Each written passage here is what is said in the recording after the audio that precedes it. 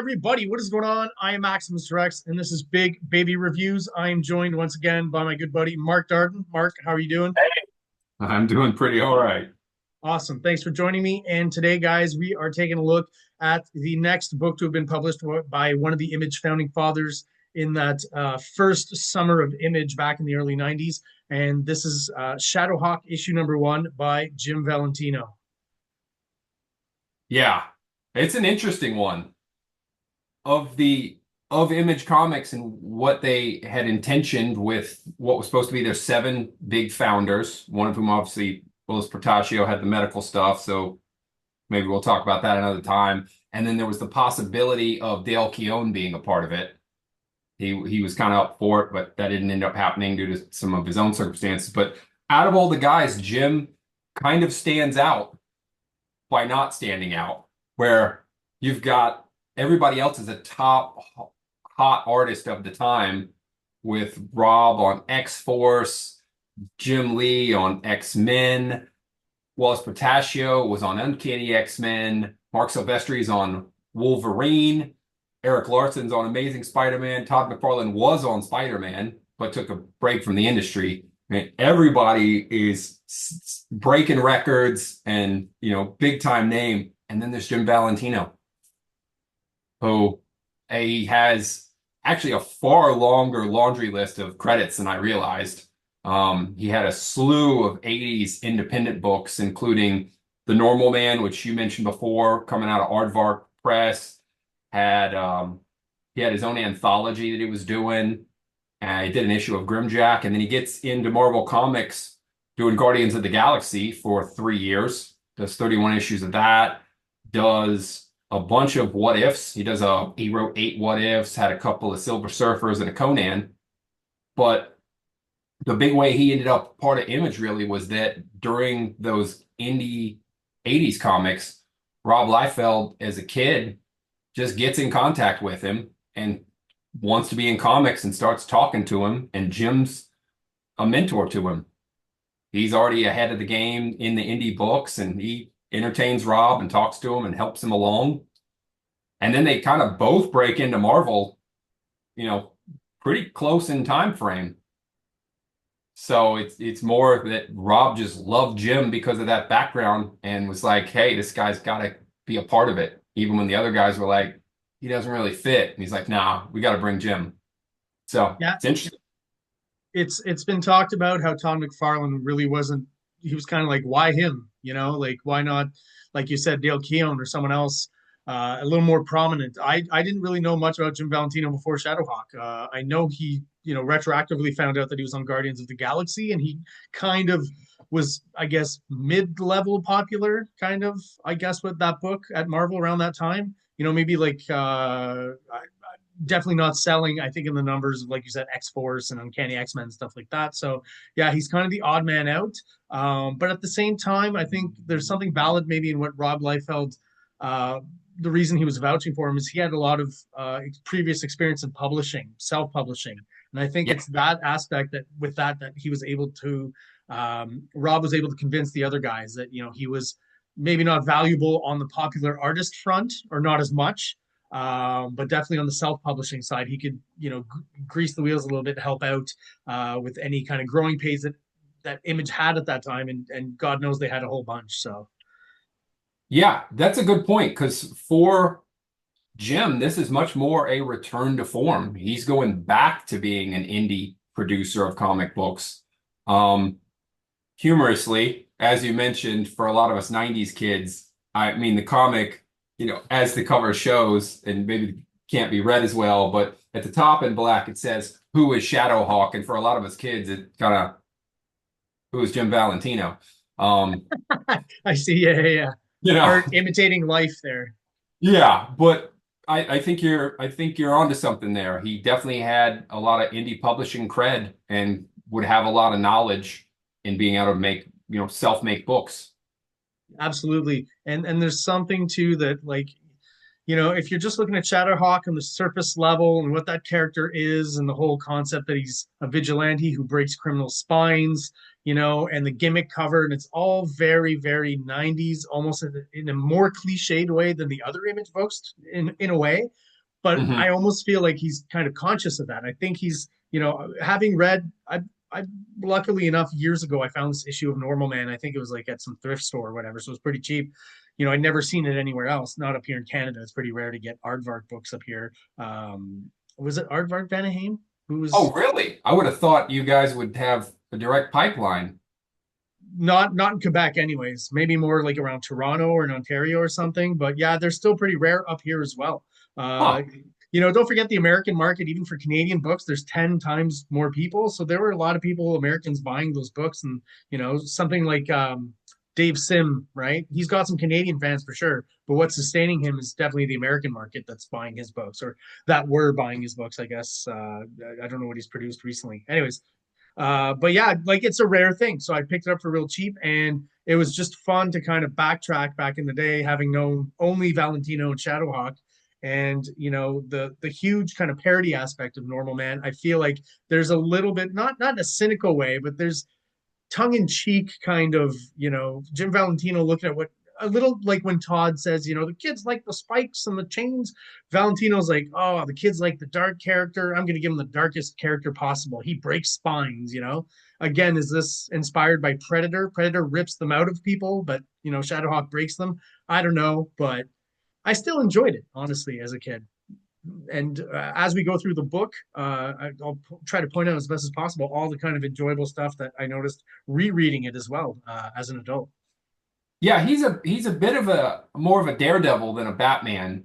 Having less tech. He's got some, but he doesn't just have a gadget for everything. He's definitely fighting street level crime in bad neighborhoods, and the neighborhoods are pretty well represented, which we'll get to.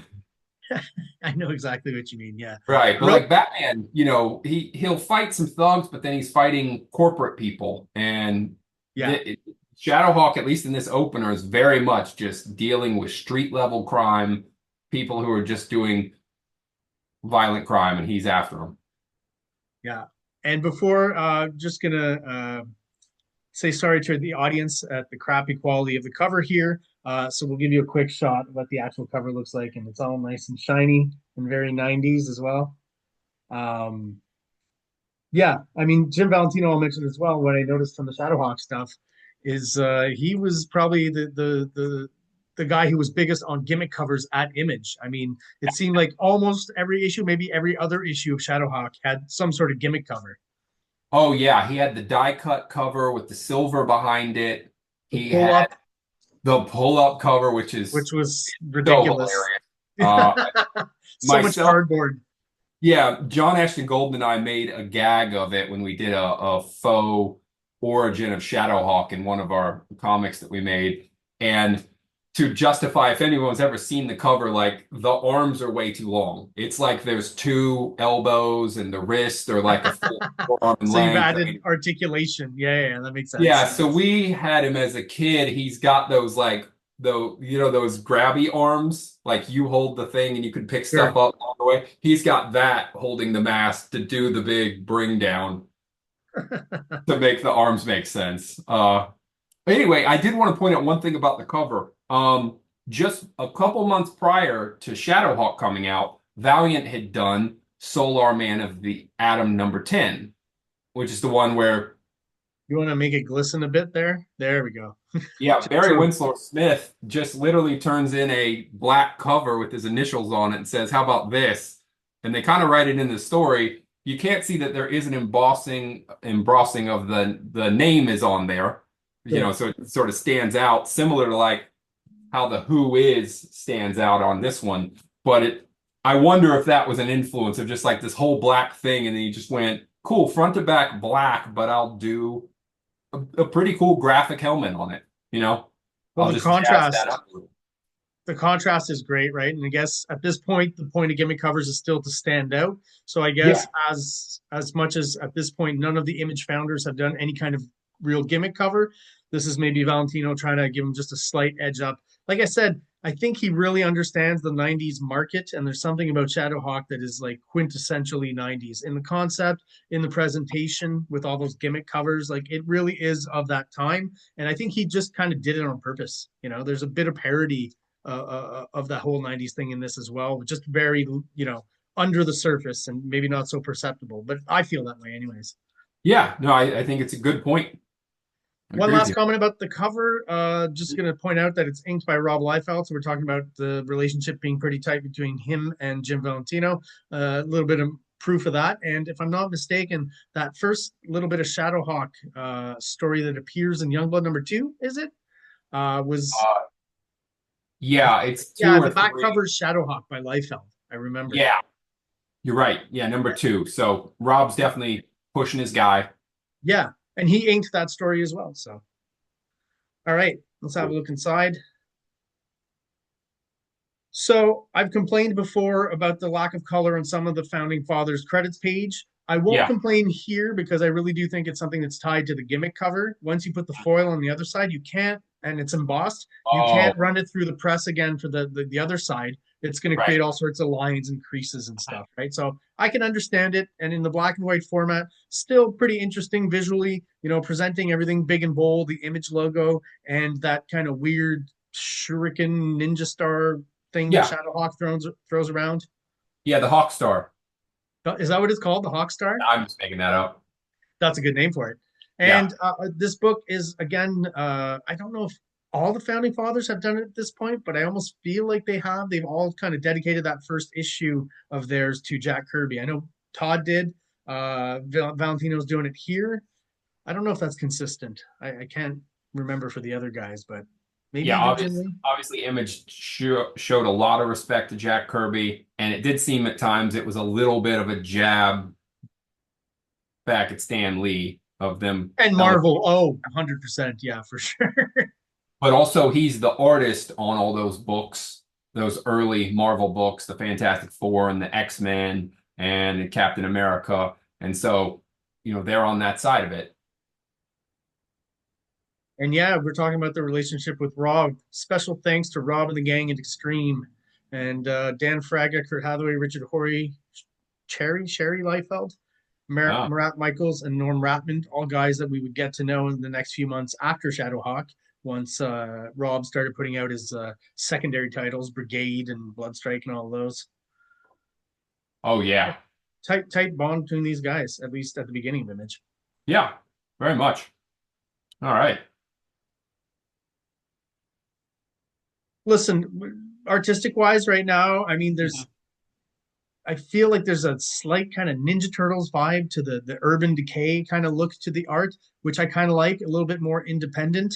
And I like the interesting kind of layout he's already doing on this first page with these panels kind of in the negative space down here with the white behind it. Like, we're not getting a splash page or a Savage Dragon intro, but it's piqued my interest, right? And I'll say it again. It's got that RoboCop canon movie vibe to it. So, I was really into that. And so, great introduction page, I think, all around. Jim Valentino, kind of like Larson. I'm sure we mentioned it as maybe, at least a more consistent storyteller than the other Image guys. So, Yes. I think the setup page here is pretty good. And we kind of have a good sense of what's gonna be on the next page. Yeah, Jim Valentino was a writer artist beforehand. He was the writer artist on Guardians of the Galaxy. The What If issues he did, he was just the writer. So he had a strong writer background. And with all the indie books that he did, he was a writer artist.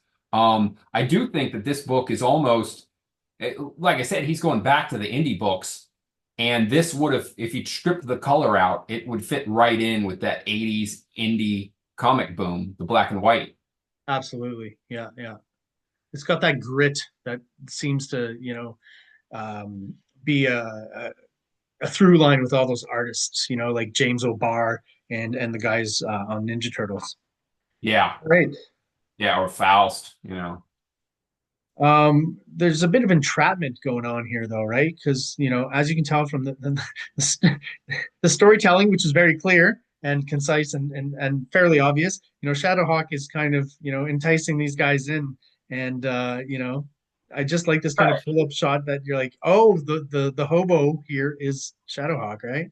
Yeah, he's not telling you to commit crime, but if you are a criminal, he is putting himself out there for you to do bad and him to get you. I mean, it would almost be hilarious if he had a string coming off his shoe with like some money.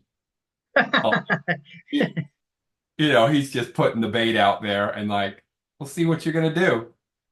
Yeah, yeah. He's got a shirt that says victim. Yeah.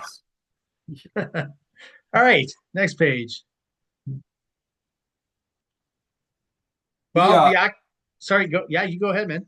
Yeah, he gets right into the action. It definitely follows along kind of with the turtles and the other ones of a hero who's in a trench coat and a hat that just magically hides everything underneath.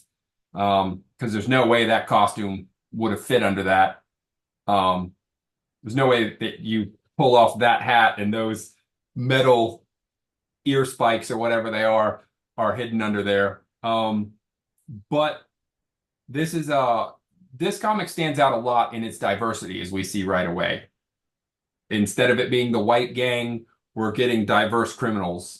This first gang appears to be black or black and Hispanic. There's white gangs later. Also, unbeknownst to us at this time, the hero's black. So there's quite a bit of diversity that continues to run through this comic, and it was him and Todd McFarlane that were trying to expand outward, which I think also kind of connects back to Jack Kirby, who did that back with Marvel when he introduced the Black Panther, but had to put a mask on him so that he could get the audience to read the book and then reveal later. Yeah, so well, times have changed, obviously, right? So uh, I feel like again, in and around the late '80s, early '90s, most movies, urban decay movies and gangs and stuff like that in movies, more times than not, you would have, non-whites basically.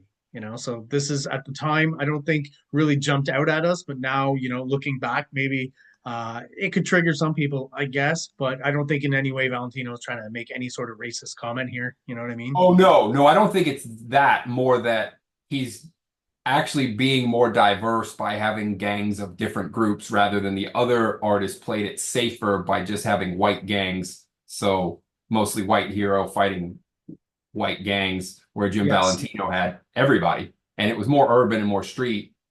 So he is having lower income people Yeah, of that all. just that just makes me wonder sometimes if that kind of whole thing is just kind of a white person kind of, idea about it all. Because Jim Valentino is Latino, right? So maybe he's just, he's not feeling any kind of guilt or weirdness about using Latinos and black people as criminals in his book. And, by contrast, saying, well, my hero is also black, or my anti-hero, I guess, because Shadowhawk, let's questionable morals. Uh-huh. Yeah, it's a good point. Maybe there was more of a reach to try to bring in more people. Like, hey, I've got a comic for you as well. Yeah. I mean, Image was definitely making a push to be more diverse. I mean, Youngblood had some diversity, and yeah. obviously Spawn, and so yeah, they were going for that. I think so, yeah, to a certain degree. Not in any kind of, like I said, super political way, but yeah. West Coast thinking in the early '90s, I guess. Yeah, just being conscious of it. But pretty. I mean, like we said, Jim Valentino's not necessarily the most exciting of the bunch, so pretty tame kind of action sequence here that works. The storytelling's clear, and obviously we understand what's going on. But we'll get a little bit more craziness on this page here. Sure, we're seeing violence that should be pretty gruesome. A backhand with a metal fist that has spikes on it to the face, drawn by someone else, you'd probably get tears. There'd be gore splashing off. Kick to Yeah, the groin, not so much. But then, I mean, an elbow into the guy's neck, that guy's going down. Okay, we do get a blood splatter on the next one. So he does finally show that backhand creating a blood spatter. yeah, because I mean, I also like one of my memories of Shadowhawk is that it was fairly bloody. Uh, It's close to the level of like early Savage Dragon. and then, yeah, then the hit to the spine, which I would be curious how much pressure and strength would be required to stand behind somebody and just jam them in the spine and break it. Actually break it. Yeah, I'm pretty Yeah. sure that's not optimal positioning for some sort of feat like that here. But it works visually, right? Which is, I guess the point.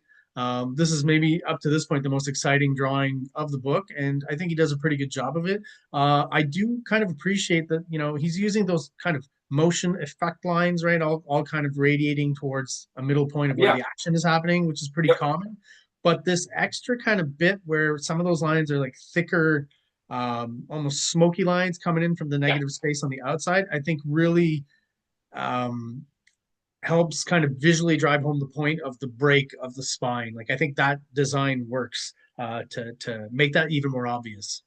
Yeah, I agree with you. It all gives an indication of the action taking place. It would have been interesting if he had the guy on the ground though, and was literally, maybe standing on the back while pulling his head back. That would be a more logical snap. But anyway, Well, I, listen, this is also it's his thing. So I guess throughout the Shadowhawk storylines, he's probably done it a bunch of times, and hopefully he gets creative or a little bit more creative every time. yeah, When you repeat something like that, you kind of have to do it a little bit differently every time. So, but I'm trying to think ahead a little bit to having read later issues. I feel like the break in the spine thing eventually kind of falls by the wayside, a little bit like Spawn's hourglass, right? yeah. It is a detail that goes away pretty quickly as he softens the book a bit.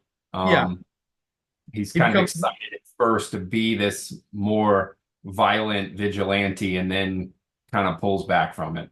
becomes more of a little bit more moral about it, more of a superhero or adventurer kind of character. Mhm. Yeah. So here we got kind of the, again, just like Tom McFarlane using the, two police officers in Spawn, we've got two guys here that I think we kind of followed through the first kind of miniseries. Mhm. Maybe through I can't remember that far, maybe through the whole thing. So this would be their establishment. Um, I mean, again, not a super interesting page. I do like the kind of color use down here where the criminal on the ground who's had his back broken is colored in red, the color of violence.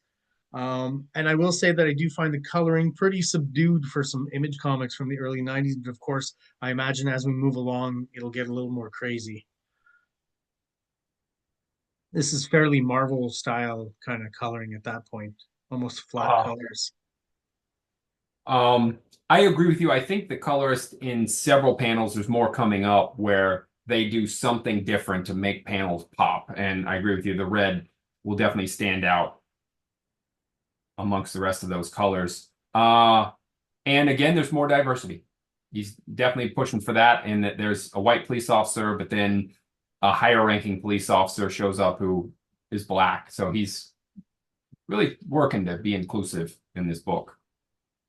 And even with a page that maybe isn't that exciting, I will give him credit for some of the layouts. I think kind of these little design elements, like the horizontal line going through the top narration box and the two down here, just by fact of being there, kind of make the page a little more interesting and moving. And the Uh-huh. overlapping panels and what he's often using kind of the negative space and the overlapping of panels in an interesting way, which again I think he's kind of going for that 90s vibe with that stuff and I think he's successful here. Yeah. There was actually one other little visual thing he did, which again gives me the indie comic vibe, is that if you look at his page numbering, he actually spells out the numbers. So like we're Yeah. on page 4, but it's actually written out. And I thought that was another just a little interesting choice to be just a little different. Cool. Um, it's kind of neat. Uh, He does that on every page, eh? Yeah. yeah, this next page, I think doing the typography the way he did maybe should have rethought it a little. Um, just I just saw because, that. right? Just because of how those letters fall. And just those first two lines, if you take those out of context, you could be Yeah, in a lot of trouble. right.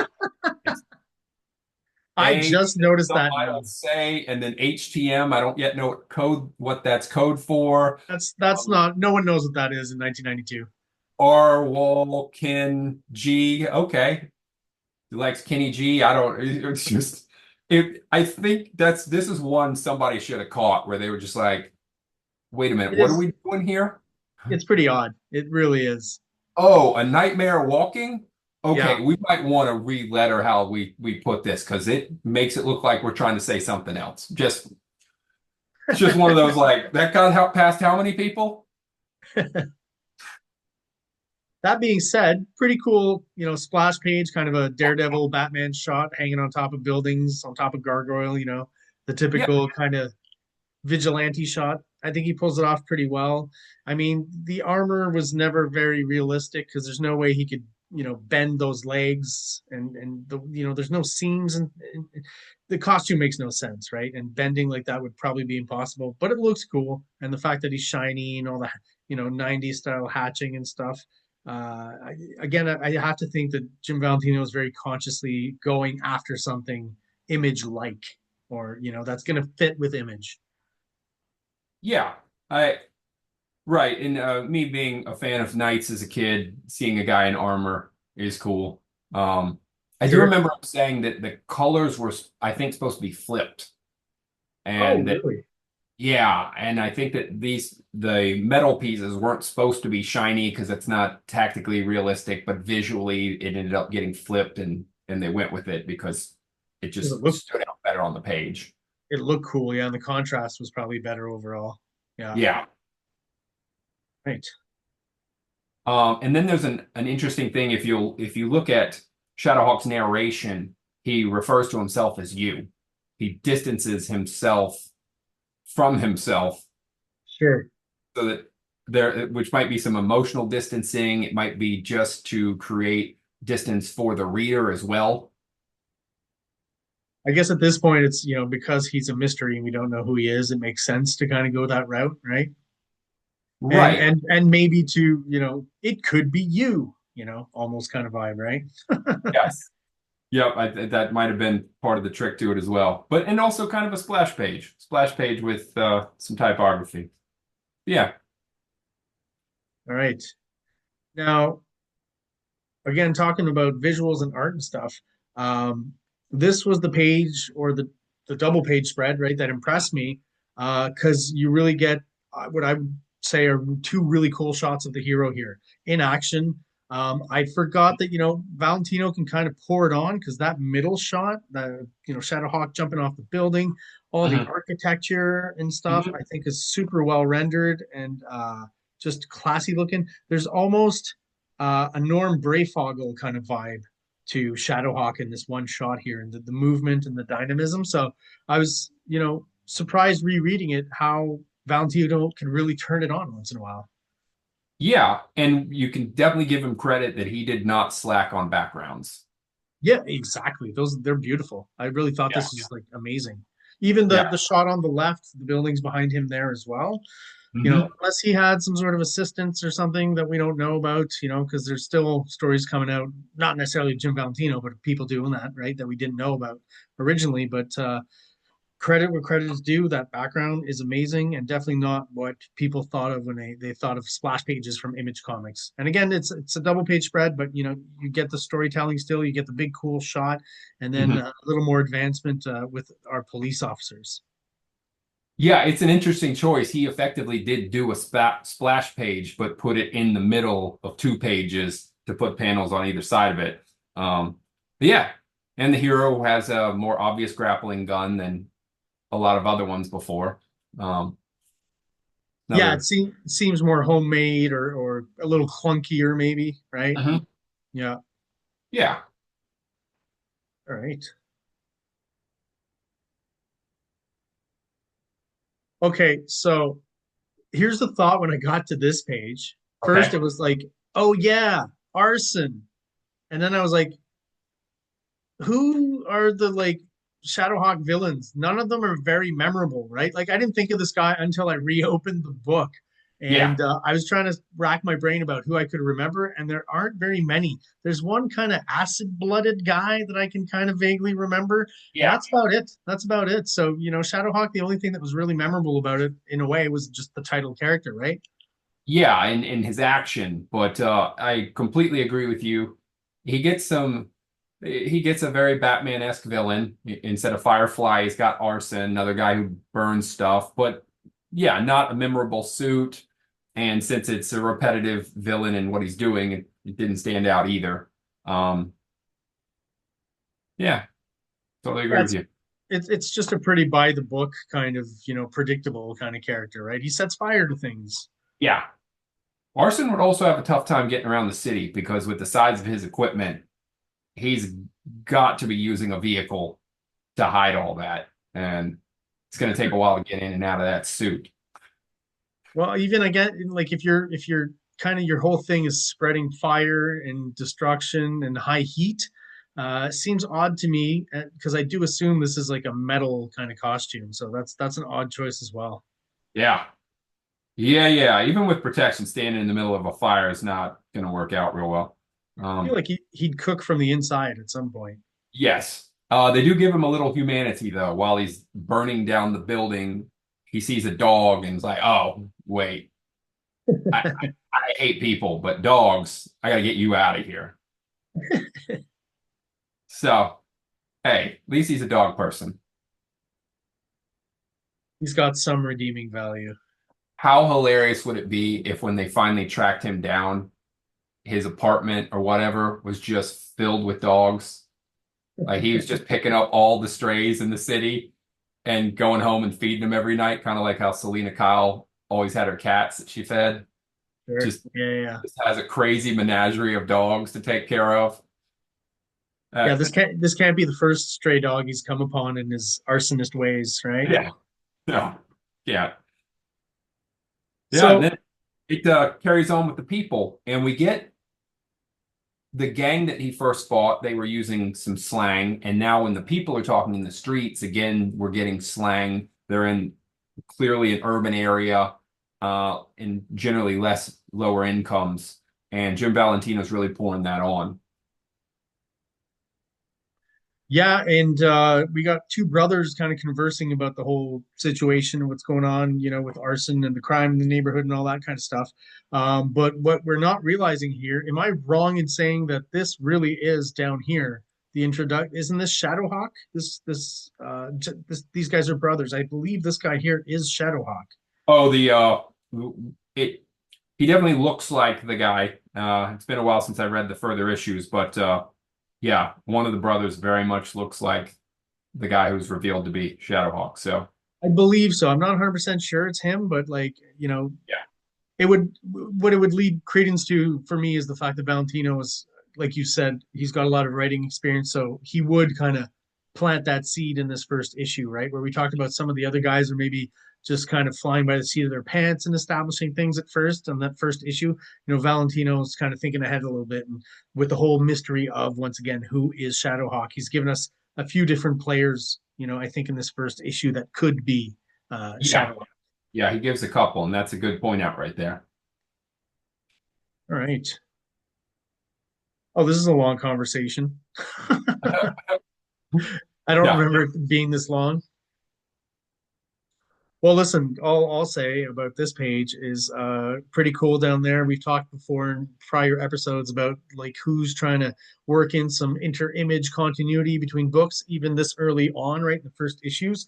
And we get, I guess, another bit of that down here with Shaft on the yeah, TV. yeah. Almost everybody had Youngblood. Oh, they showed up in Wildcats. Um, Badrock showed up in Savage Dragon. Cyberforce, no, I don't think so. In that case, Spawn, I don't think had much of a reference to it, although he did reference Savage Dragon and I think Shadowhawk. Yeah, there was that sequence in Spawn where you see Savage Dragon again on TV screens. Yeah, And Eric Larson, even in one of his Savage Dragon issues, kind of redid the page. Like he yeah, took some of the same drawing and inked over it and added a few panels. That was a fun little thing. yeah, Always loved that kind of stuff they would do early on in Image. With yeah. we talked about guys inking other guys' pages and stuff. Like, that was the real kind of fun, kind of wild period of Image, right? Yeah, there was a lot of great camaraderie and brotherness, togetherness in the early days, which was awesome to see. Um, yeah, after this, we kind of get back to it.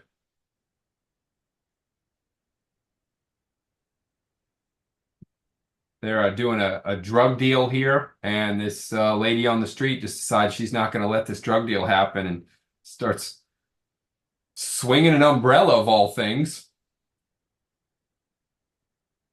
Yeah, I'm just kind of confused as to where this sequence leads. For some reason, I went through the book yesterday, and I'm already kind of drawing a blank on this here. Oh, yeah, it ties right back into Shadowhawk making another appearance. This is a setup. That makes sense. All Yeah, right. Now I understand why it's there. yeah, This time we've got a white punk. yeah.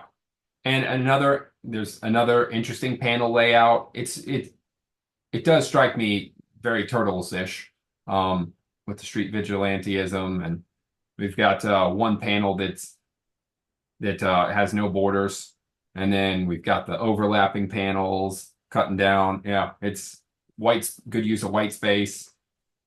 Yeah, Some also, we've mentioned before on some other pages. Yeah, there's really an interesting use of that white page as negative space and layering stuff within it, and panels and stuff. Mhm. I definitely feel just like the other image guys, like he's really pouring it on, trying to do the best he can on this first issue. And here comes Shadowhawk for another round of gang member ass kicking. Yeah, yep, and he does tell the possible victim who inserted themselves to get out of there, and they do. So we've got Shadowhawk's second kind of coming here, and beating on some gangs. Pretty cool silhouette in that first panel. I like the fact that he's busting out of it as well. We got some pretty cool dynamic shots of Shadowhawk kicking this guy in the face. I like that move that he's seems to have recycled. I think he did it earlier in the issue where he kind of punches back. It's kind of the Batman punch from Batman '89, right? Yeah, Uh, and I guess this is a shot where, maybe as you mentioned earlier, he's a little bit more akin to Daredevil than Batman in kind of his physicality and the low level kind of crime that he's attacking. Pretty all right page all around. Some interesting the panel shapes, right? The fact that it overlaps and kind of is at an angle and stuff. Again, that interesting use of panels on top of that negative space, incorporating both together. It's a fun page overall visually. yeah, I agree with you. And the that aerial kick that he does, very Teenage Mutant Ninja Turtles-ish. Yes. I mean, if he had size or batons in each hand, you know, it would swords. I mean, it would be identical. But yeah, good page, good action. All right. Next one. Oh yeah, that's a good Shadowhawk silhouette on the previous one. Didn't even think of that. Oh, the one at the top left. Yeah, it's pretty cool. Yeah, with just the red eyes. It's a nice little touch. Yeah. But this one, I don't hate it. It's kind of just a classic, shot of the hero holding one of the bad guys. Hmm. I do that interesting aspect of him getting shot from the foreground gun and the bullet bouncing off his armor is kind of fun as well. The sound effects are a little funny to me because like I would literally read that as "Pachoo, pachoo," right? Like the kind of sound that a kid makes when you're playing with guns when you're like 5 years old. So it's kind of hilarious to me. But again, is Yeah. it just I gotta wonder, is it Jim Valentino, that sense of humor that he's got, and the kind of again tongue in cheek kind of vibe I think that's going on in Shadowhawk, at least early on. I think as it goes and he develops more stuff, then maybe he takes it a little more seriously. But again, we're at those first issues where they're not. I'm sure by the point at the point that Jim Valentino is putting out this issue, it's pretty clear that Image is probably going to be doing really well at this point, right? Oh, sure. He's the fifth book. So yeah, the sales of the earlier ones are going pretty well. Man, could you imagine being that guy, putting your book together? You've seen the sales the other guys got, Yeah, and you're just like, oh my gosh, am I going to get a payday like that? If you've worked for Marvel and you make a few thousand a month doing yeah. books, and that's cool, make a living doing comics, but just looking like, oh my gosh, is hundreds of thousands about to roll in? Well, I feel like that's probably what happened. I don't think Shadowhawk sold quite as much as the other guys' books, but still sold fairly high numbers just on the back of, hey, it's the latest image book. You know what I mean? Yeah. So at this point, you know, Youngblood's been a hit. Spawn's been a hit. Savage Dragon, Wildcats is pretty recent, but Yeah. from what we know from sales figures, it was a hit as well. So even if he's got, half to three-quarters of the numbers the other guys have, he's rolling in it for sure. Yeah. At least with the first few issues. Eventually, it's going to peter off as the bubble bursts. Yeah, and he takes more of a company role. But That's right. this page, great background, lots of details to the buildings, the trash in the back, the boarded up signs, paper on the ground, the puddles. I mean, he's definitely filling up the page and giving you lots of details. It's Yeah, not I slacking. all throughout this issue, I would say, the use of backgrounds is stellar. Sometimes there aren't any, but like action sequences, and that it's that works 100%. Yeah. But when they are there, they're pretty stellar. I got to say, really Yeah. evocative. But again, I don't know if that warranted a splash page, but I guess Hey. Valentino wanted to image it up a bit. So this next Yeah. page, the action continues. I like that first kick to the face again, almost like a video game Street Fighter kind of feel to it, and Mm. I like that second panel there where the guy's police officer, I'm assuming on a radio or something, the red and the blue, like it's very Art Deco, or I don't know exactly. Like it's almost like some Steranko kind of style that one of Steranko styles, anyways, that he's doing there. That seems kind of atypical from usual image art. So, just an interesting kind of different visual take in that panel that I don't think I even remember, but going through the book, I was like, hey, that's just interesting that he would go there. Yeah, it's a great panel. I was going to point it out too. I wonder how much of that was him directing or the colorist having an idea and saying we could do something really interesting here. Who knows? Does seem like if there's very little detail to the face, there's not a lot of lines. So did that happen before or after? I would just wonder if he drew something that was pretty simple and so the colorist did something different, or if the colorist had an idea and Jim was okay with wiping out some of the details. I don't know. But yeah, it's a great panel and it really stands out. Yeah, just very visually different from the rest of it, but I think it still works within the context. There's a reason for it, right? It's just obviously to evoke the lights of the police car, right? Hmm. And the police engage quickly, and they do set up that the police have been hunting this guy for 3 months. So while not all the details are given, they've been tracking him for a while. I do wish they'd included something like that they have eyewitnesses already, or that they already, know what he looks like from eyewitness testimonies or whatnot, so that when they arrive on the scene and start shooting at him right away, it would make sense. Yeah. But they do put out that detail that this has been a 3-month long manhunt. So there's a reason for their very strong reaction upon finding him. Wrong one. Excuse me. Yep. There we go. I think I'm back on track. So Yep. again, we get another kind of conversation sequence here. My general comment again is just layout wise, something that might be not that interesting becomes more interesting again by the fact of what he's choosing to overlay, and again that very creative use of the negative space and the panel layout just being not very standard, right? But still very kind of rigid and organized. Really works for me. The reading direction and all that works. Just a lot of dialogue on this page that I remember as a kid turning this page and like, oh man. Right. Yeah, you don't want to turn the page to this as a kid. And it's a whole subplot about suppressing the news. And this girl wants to follow the story and get down there to where they found SHADOWHAWK and get the lead. And her boss is saying, hey, we've been told to stay away, and everybody's been told to stay away.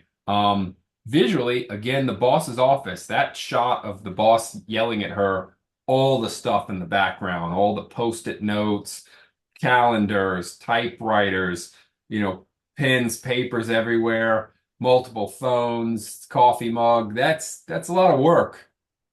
So Yeah. while he might not be the most eye-catching artist for how, bombastic the art is, and that the kind of level of detail of the hatch marks and such that Liefeld was doing, and Jim Lee and Todd, but he's pouring a whole lot of details into the drawings.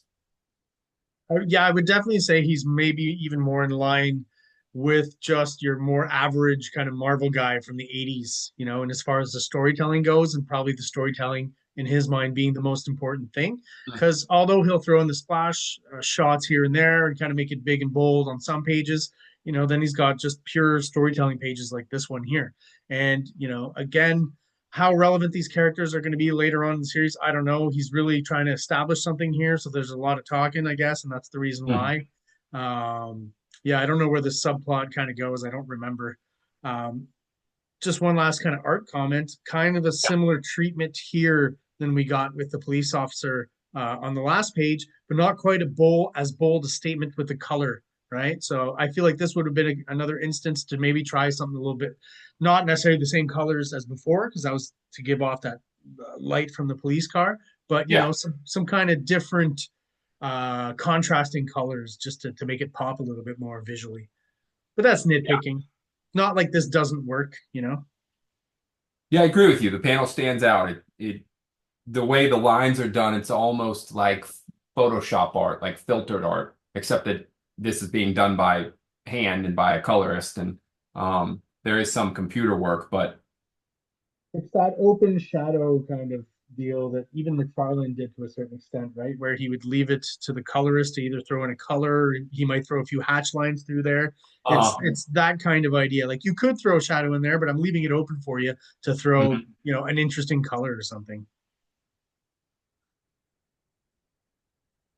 We get another plot. So yeah, Jim gets a lot of plots into issue one. This is the female crime boss, and what this reveals is that she's making money on the buildings getting burned down by the arsonist because she's getting, it's not exactly insurance money, but indemnity. So she gets paid if something happens to the building, but then she's also getting the city contracts to rebuild. So she's oh, white collar crime double dipping. Uh, and then there's a bit of a reveal that she's also the person sending the arsonist out. So she is the white collar crime, but she's also directing the violent crime sure. amongst this. She's basically the mastermind, I guess, at this point, right?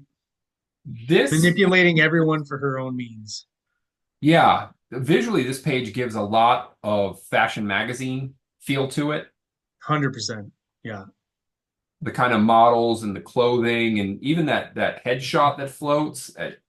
That's cut off and with the lines behind it. Yeah, it definitely gives you Mhm. that late 80s, early 90s almost hairdo mag or something, hairstyling magazine, fashion magazine. Yeah.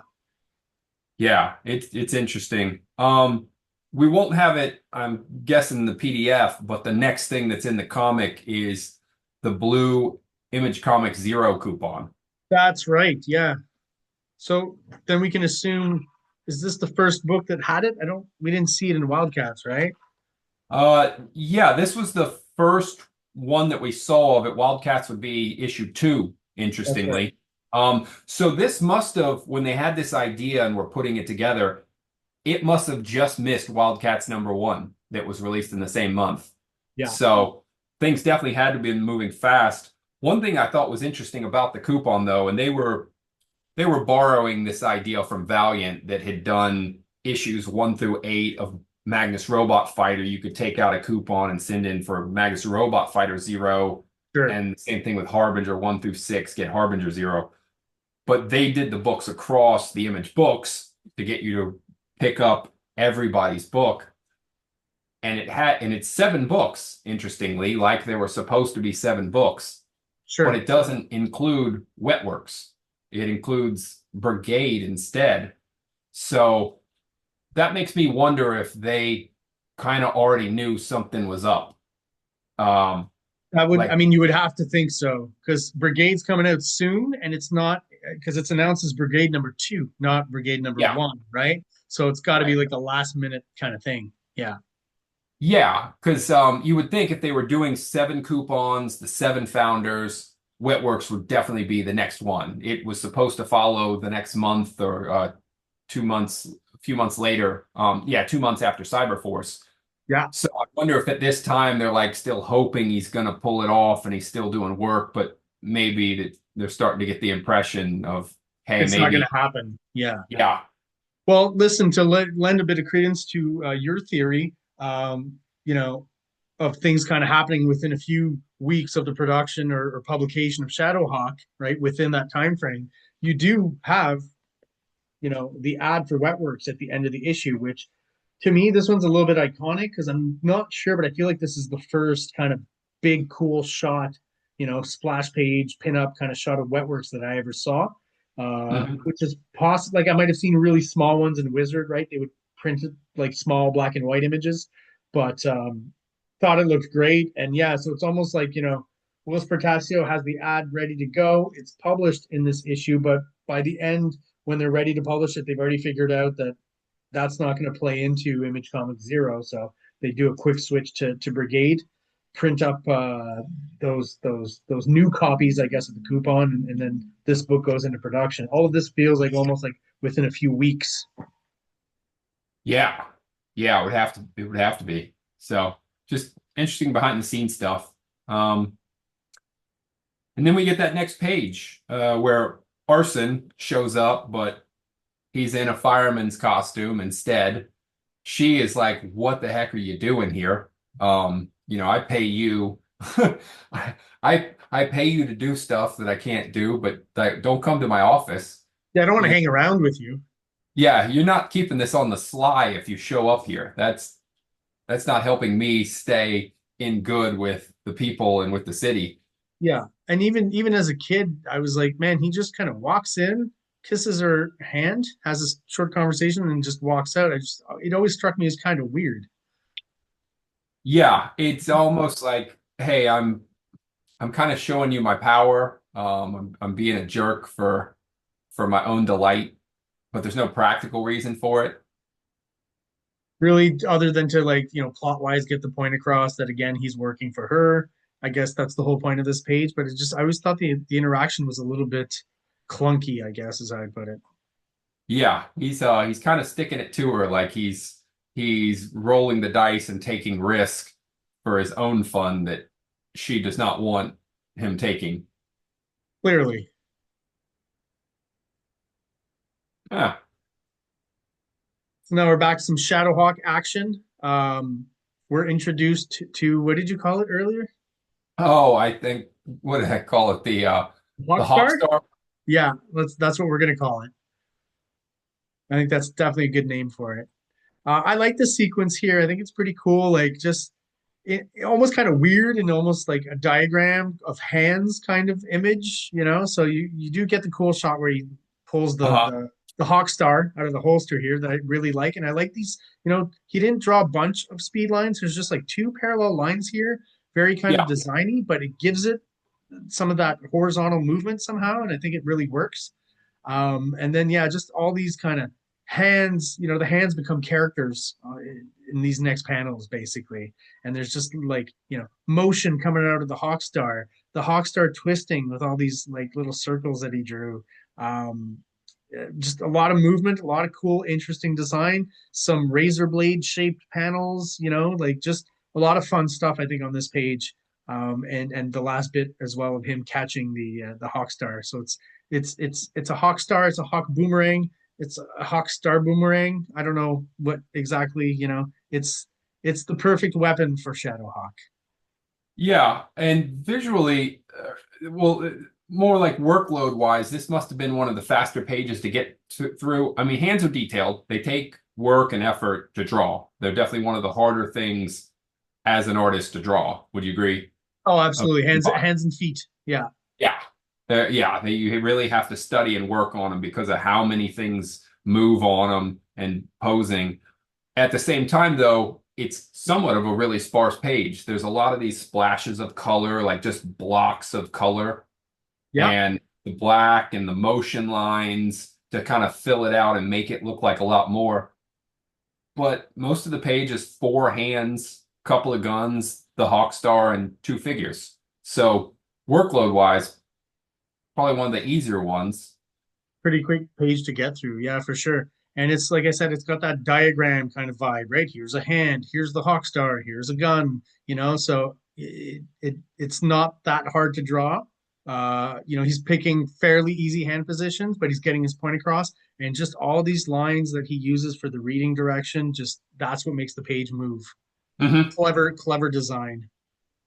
Now, I did wonder because this was not long before or not long after Crocodile Dundee. Right. Crocodile Dundee had come out 86, 88, which I feel like is in my childhood that was getting introduced to the boomerang. Sure. Australian Something that, culture in general, really. Yeah. yeah, it was not a U.S. cultural item before then, but I remember getting one as a kid and trying to learn to throw it to get the angle right for it to come back around. So I Sure. wonder if that influenced this weapon. But also, if you throw a boomerang and you throw it right, it will come back to you, but not if it hits something. It doesn't hit something and then still bounce off and return to you. And somehow find its way back to you. Yeah, no, I totally understand. Yeah. Yeah, there's that's like because Batman throws his batarangs, they hit people, that's it. Yeah. He has more of them. Yeah. He doesn't catch It them. yeah, it doesn't magically come back. It's not on a string. There's not a magnet. And So again, it's the Hawkstar clearly hits some stuff here. So yeah. yeah, strikes. It goes out in a curved path, strikes one hand, strikes another hand, still wraps back around and returns to him. This, if you were going over this in court, if you had it on tape, you'd end up kind of with a magic bullet kind of theory. Like, Absolutely. Yeah, yeah, yeah. I guess, the practicality of the boomerang coming back to you is if you're a bad shot, I guess, because really your goal is that the boomerang, I'm assuming, originally was used for hunting, right? Is that fair to say? yeah, hunting or war, I suppose. But yeah, it's interesting. But Because hey, you this really, gets you back. if you've attained your goal of hitting something with the boomerang, it's not coming back to you, right? No, Yeah. no, you're gonna have to go get it.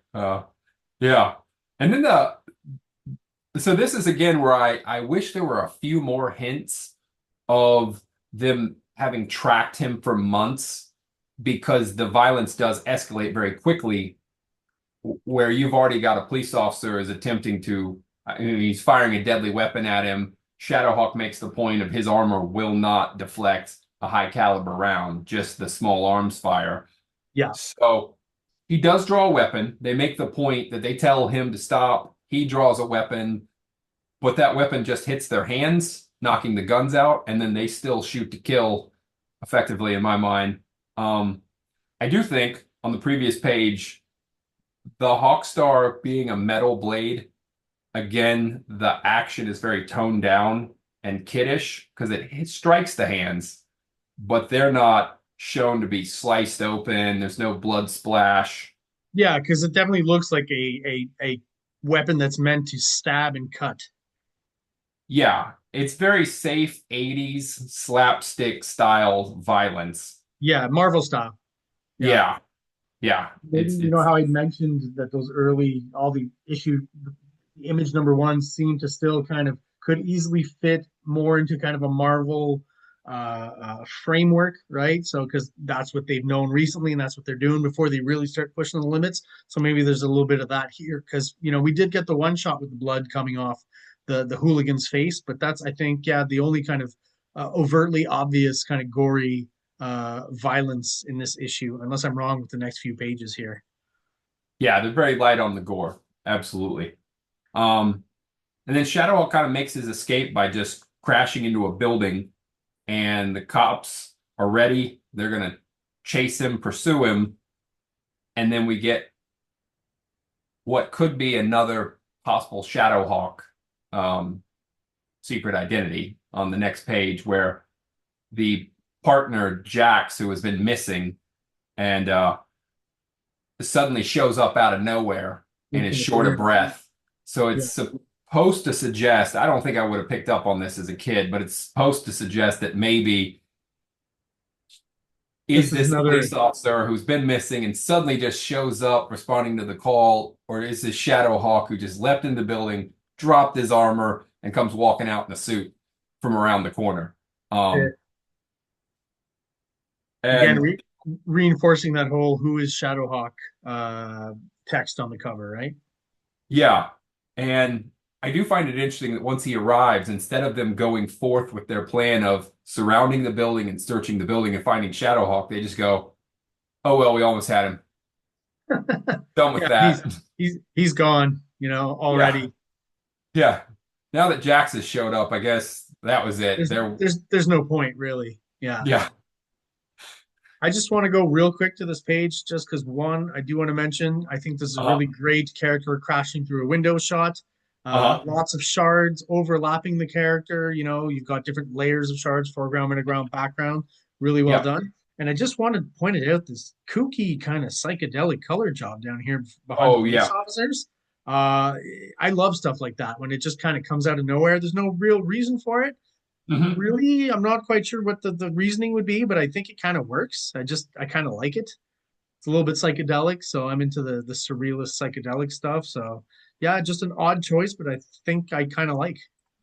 Yeah, I agree with you. The colorist has been doing little things throughout the issue to help make the art pop. The colors are pretty solid, I gotta say, all around. Again, maybe more in that Marvel mold of the time, but again, not too jarring. I guess if you were reading Jim Valentino when he was doing Guardians of the Galaxy, maybe like with Eric Larson, the aesthetic doesn't change too much overall, so it's not too jarring. Another thing I've been noticing in other comics I review is I really like when artists at nighttime just use kind of a deeper blue, kind of monochrome, like we're seeing on the Hmm. buildings here.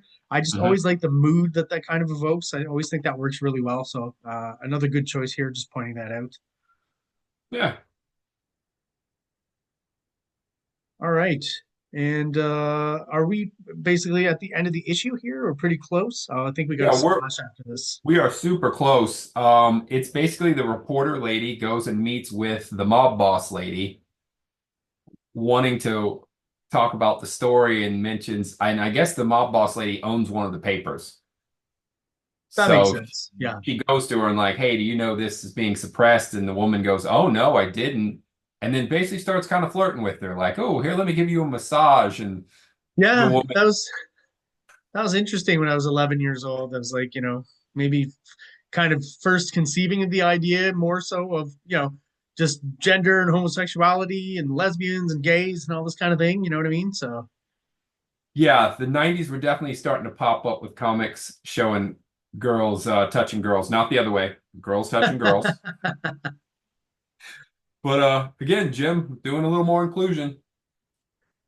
and kind of gives us a cool Shadowhawk shot at the bottom there. Yeah, Tilted angle, some more cool buildings in the background. But I will yeah. say, I'm just slightly disappointed in that I feel it's basically just a repetition of the pose in the first splash that we kind of saw with the weird lettering for the nightmare walking thing.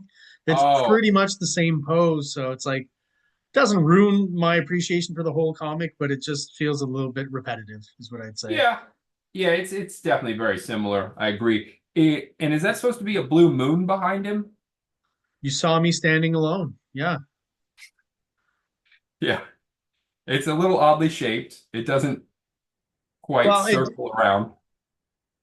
it doesn't serve. I mean, okay, there's a bit of contrast in that it's a lighter blue than the blue of the sky behind it, but yeah, Mhm. it is kind of an odd choice.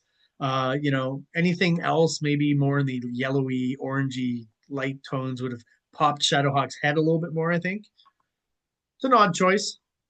Yeah, that kind of And works. what he does is, let me just get that one right. Whoops. Yeah, he saves his two-page splash for the big There finale we go. with just all the buildings that Shadowhawk is swinging over, big hero pose. Again, a lot of his big poses just they remind me of TMNT, you know. They remind you of what now? TMNT, Teenage Mutant Ninja Turtles. Oh, okay. Sorry, I missed a letter in there. Oh, yeah. Yeah, yeah, I know exactly what you're saying, and some of that slightly grittier kind of inking again on Shadowhawk, even on the metallic shapes and stuff, is a little reminiscent of the Ninja Turtles, more so than maybe like the West Coast Wildstorm Jim Lee style hatching. Um, but I mean, I think this is just a really cool shot. Again, I forgot that Jim Valentino was capable of these big cool shots, and I think it works really well. There's again in this one, just like the splash we talked about earlier in the issue, I feel kind of a vague Norm Brayfogle kind of vibe to it in the inking Mm, as well, that I mhm. never really noticed before as a kid, but I'm noticing now. And once again, if Jim Valentino's doing those backgrounds, or if anyone else is, whoever's doing them, just a stellar job. I think those are really interesting perspectives, and they really work well. Yeah, that's good. And then it also, again, he refers to himself as you. So it does end with you are Shadowhawk and you're taking back the night. So, Yeah, I am. Yeah, yeah. When you're a kid, right? And you're reading this, you're like, "That's right, Shadowhawk. Let's go yeah. break some spines." I love how as a kid I was like, I mean, that was somewhat cool to me. It was kind of different, I guess, Uh-huh. back then. I was just like, "Wow, like that." When you're 11 years old, you're like, "Yeah, it would be cool to break criminal spines." That's a thought in your head. Probably not literally, but. Yeah. And then so there's an ad for Infinity that was Yeah, I supposed want to talk about those. yeah, Eric Stevenson creation, and it said we'd see it in Youngblood and Brigade and Supreme, so all the extreme books plus Shadowhawk, but I don't remember ever. I do. They're basically, I think they were like 4-page segments in the back of some comics. So it's like you'd read the first 4 pages in the back of, say, the next issue of Shadowhawk. And then, Okay. you'd have 4 pages at the end of Brigade number 3 or something. Like, Okay. yeah, yeah, yeah. So I didn't read them all, I don't think, but I remember seeing them. There's a character in there, the guy that they kind of confronted who's like the most generic 90s design I've ever seen. And there's like, it seems like I'd like to have a shot of him right now to explain this, but basically it seems like Jay Lee did a Spider-Man run before he went on to Image with Yeah. and that pretty much that same design is used there. Like the cybernetic guy with a round eye and a blade kind of weapon. It's Uh-huh. it's there's each company seem to have that version of a character, DC, Marvel, and Image, right? And even some of the smaller kind of Image cloning smaller independent companies. So yeah, pretty generic, honestly. Is it? Yeah. And then we get the others, which it didn't come out for a year and a half, but again, very black and white indie vibe about these character designs. Yeah, absolutely. And this page is all Valentino, so him drawing and inking himself. So it's got that. To me, it looks a lot like Guardians of the Galaxy. When he Uh-huh. was on it, like it really reminds me kind of that vibe. Yeah, he later also does a book called The Alliance, and it's very Guardians of the Galaxy, him returning to that book, doing his version of it. Uh These yeah, ads, like this is the actual cover of them. yeah, for Youngblood 3, which already came out, and Oh, then has it come out? I yeah, think. it was already out at that time. Youngblood number 3 had come out oh, actually, you know what? That month. Okay. Okay, so that Youngblood makes. was 3 was on the stands that month. So, And I want to comment on Dave. Remember? oh, your voice cut out. What's that? Your voice cut out. Sorry, can you hear me now? Yeah, when you got too close. Oh, I got you. Okay, I'll get further away. You can probably still see it pretty well. So this image of Brigade, this advertisement, was never used, I don't think, as kind of a pinup or a cover or anything else.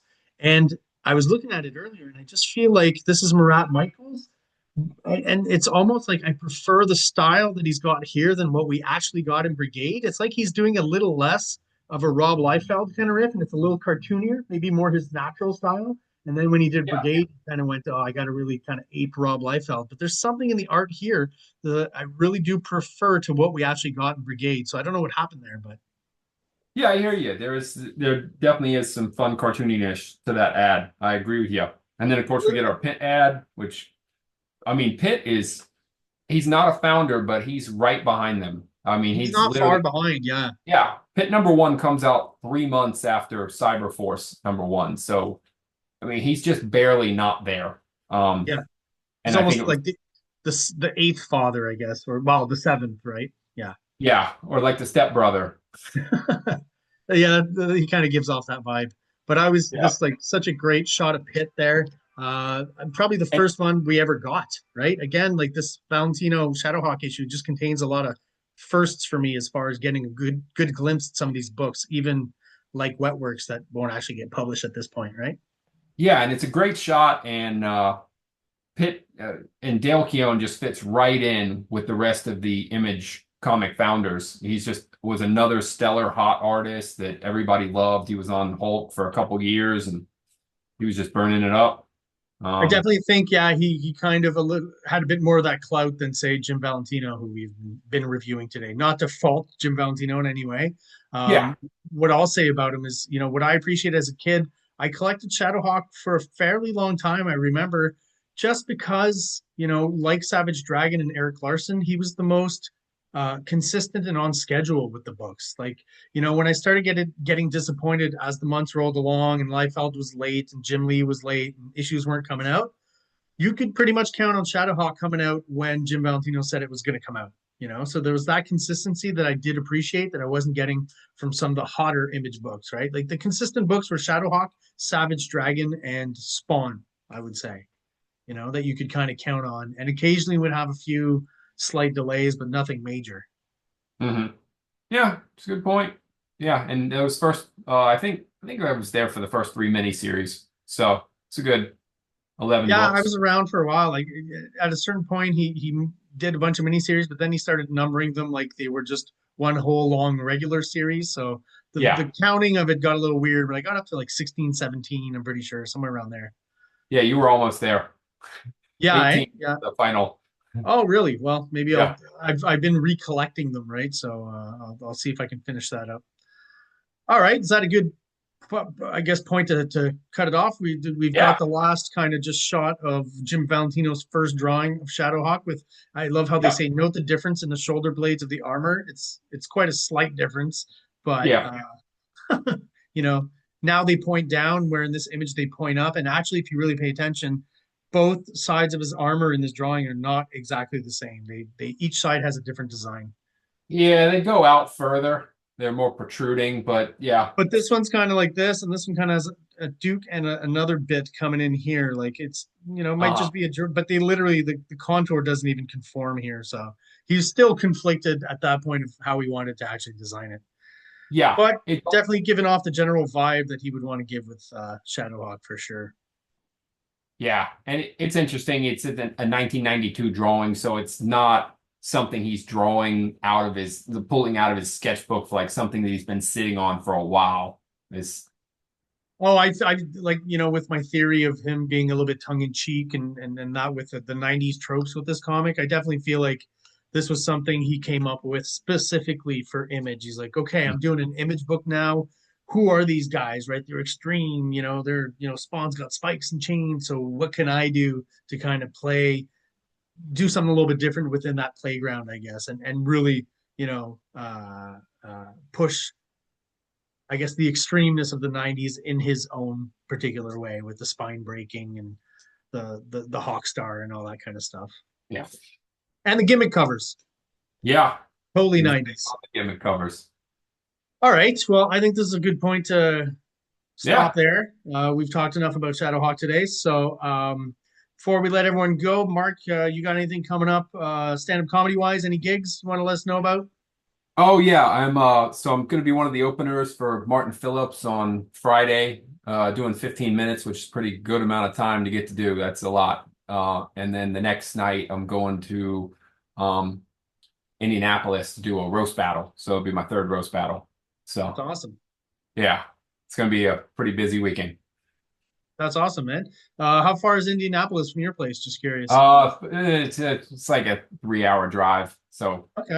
All you right. know, it's a Well, bit, but hey. oh, I get it. I played in bands. Sometimes you drive far for that gig. So yeah. Absolutely. And this came together quick. Somebody was like, "Oh, hey, when are you getting to Indianapolis next?" And I'm like, "You got spots on that roast battle?" Sure. Okay, I'm there. So Yeah. hey, gotta go make it happen. Good opportunity for sure. All right. Well, if that's where we're going to end off today, I'm going to thank everyone for watching once again. If you are subscribed, thank you so much for doing so. And if you're not subscribed, please do so below. It only takes a quick second, and it really helps the channel out, helps us grow, and helps get us out there to other people who are into comic books just like we are. Thank you for guys for watching. Thank you, Mark Darden, for participating once again, and we'll see everyone soon. Take it easy, everyone.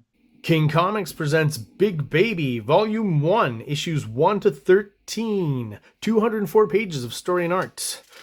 King Comics also presents Star Crasher one-shot, 32 pages, cosmic sci-fi surrealist adventure.